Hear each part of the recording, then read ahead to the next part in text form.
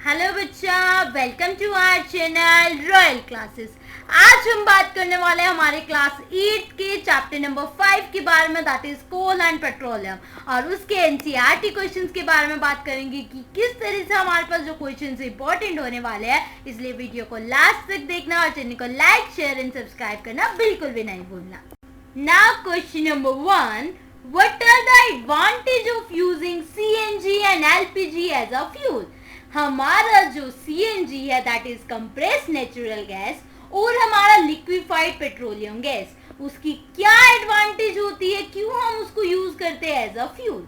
तो बोला सबसे पहली बात, दे बर्न विद स्मोकलेस फ्लेम, उनको बर्न करते हैं पर उनके अंदर से कोई भी धुआं जो है वो नहीं आता, जिसकी वजह से so does not cause any pollution, कोई भी पोल्यूशन उससे नहीं होता है। They leave no ash on burning, जब हम उसे जलाते हैं तो बाद में राख कोई भी नहीं बचती है।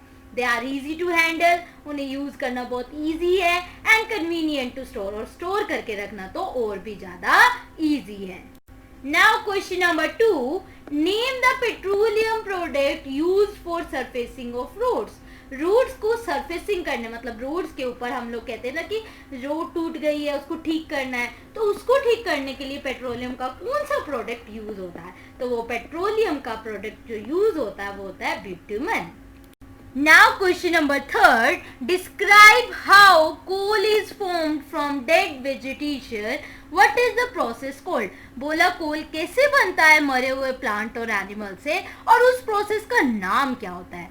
तो बताया मिलियन ऑफ ईयर्स अगो, बहुत साल पहले कुछ एक ट्रीज, कुछ प्लांट, कुछ forest buried below the rocks, rock soil sand के अंदर दबा दिए गए थे due to natural processes. Flooding आई, अर्थक्वेक आया, इनकी वजह से हमारे पास क्या हुआ, जो भी हमारे प्लांट ट्रीज थे उन सब को अंदर डाल दिया गया। Slowly as more soil get deposited over them, जैसे जैसे उनके ऊपर सोयल और डिपॉजिट होती गई वो नीचे नीचे धंसते गए, तो प्रेशर ज़्यादा हुआ, टेम्परेचर ज़्यादा हुआ, और इन दोनों की वजह से जो वुड थी, जो हमारे पास जो भी हमारे प्लांट्स वगैरह थे वो सब चेंज हो गए कोल के अंदर। पर ये प्रोसेस बहुत स्लो थी, मिलियन ऑफ ईयर्स लगे थे, तो इसी स्लो प्रोसेस को हम लोग नाम देते थे कार्बनाइजेशन। नेक्स्ट क्वेश्चन आया हमारे पास, फिल इन द ब्लैंक्स। पहला आया fossil fuels are, fossil fuels के एग्जांपल दीजिए। तो पहला फॉसिल फ्यूल हमने पढ़ा था coal, petroleum, and the last one is natural gases. तो फॉसिल फ्यूल के नाम बताने थे, वो नाम हमने बता दिए, कोल, पेट्रोलियम और नेचुरल गैस। नेक्स्ट क्वेश्चन बोला the process of separation of different constituent from petroleum, petroleum से उसके कॉन्स्टिट्यूएंट डिफरेंट करने, अलग अलग निकालने में, सेपरेट करने के लिए कौन सा मेथड यूज हुआ। तो उस मेथड का नाम था रिफाइनिंग। रिफाइनिंग का मतलब होता है प्योर करना।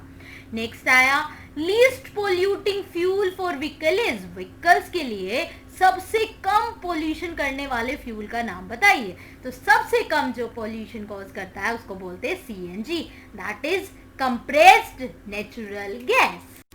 Now question number 5, tick the true and false. आपको बताना है कि जोन सी हमारे पास स्टेटमेंट दे रखी है वो ट्रू है या फॉल्स है। पहली आई fossil fuels can be made in laboratories, fossil fuels क्या लैब्स में बनते हैं। तो हमने तो देखा था फॉसिल फ्यूल कहाँ पे बनते हैं, हमारे फॉरेस्ट के अंदर, हमारे प्लांट एनिमल जब मर जाते हैं तो उससे फॉसिल फ्यूल्स बन जाते हैं। तो हमारे पास ये जो लैब वाली बात थी वो क्या हो गई, फॉल्स हो गई।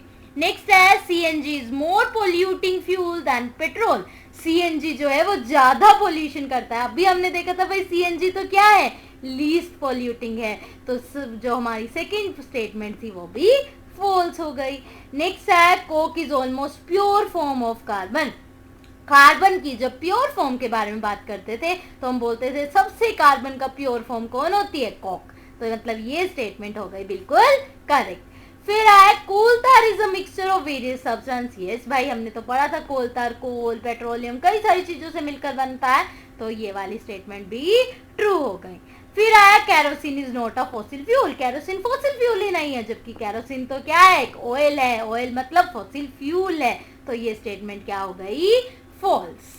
Now question number 6, explain why fossil fuels are exhaustible natural resources, fossil fuel को हम क्यों कहते हैं they are exhaustible natural resources. तो बताएंगे fossil fuel takes million of years, fossil fuels को बनने के लिए बहुत साल चाहिए। They are limited in nature, nature में बहुत लिमिटेड है, and can't be replenished easily, और वापस से जल्दी मिलते भी नहीं है। Hence they are considered as exhaustible natural resources, इसीलिए इनको बोला जाता है एग्जॉस्टिबल नेचुरल रिसोर्सेज।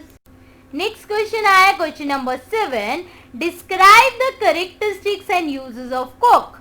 यूज और कैरेक्टरिस्टिक्स बताने हमने हमारे कोक के।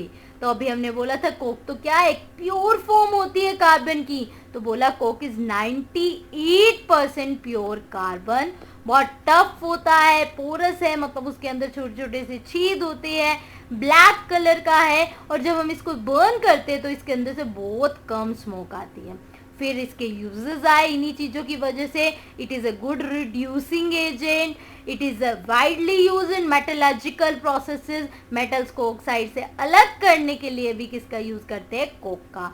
और फिर आया it is use for producing water gas, water gas को प्रोड्यूस करने के लिए भी हम इसका यूज करते हैं। नेक्स्ट आया हमारे पास question number 8, explain the process of formation of petroleum. Petroleum कैसे बनता है, तो बोला petroleum is formed by burial of aquatic plant and animal below the sea. Sea के नीचे जो है हमारे पास, सी के अंदर एक्वेटिक प्लांट होते हैं, एनिमल होते हैं, वो थोड़े टाइम बाद जब मर जाते हैं तो वो अंदर ही क्या हो जाते हैं, बर्ड हो जाते हैं। फिर marine animal and plant died thousand of years ago, thousand of years, million of years ago बाद एरोबिक जो एनारोबिक कंडीशन होती है, मतलब जो हमारे माइक्रो ऑर्गेनिज्म है, वो धीरे धीरे हाई प्रेशर और हाई टेम्परेचर की वजह से डेड रिमेन्स को चेंज करते हैं धीरे धीरे पेट्रोलियम के अंदर, और इस तरह से हमारा पेट्रोलियम फॉर्म हो जाता है। तो ये थे हमारे कुछ एनसीईआरटी क्वेश्चन जो आपके पेपर के लिए और आपके लिए बहुत ज़्यादा इंपॉर्टेंट होने वाले हैं। ऐसी वीडियोस को देखने के लिए चैनल को लाइक, शेयर एंड सब्सक्राइब करना बिल्कुल भी नहीं भूलें, और साथ ही साथ नोटिफिकेशन बेल को प्रेस कर दीजिए।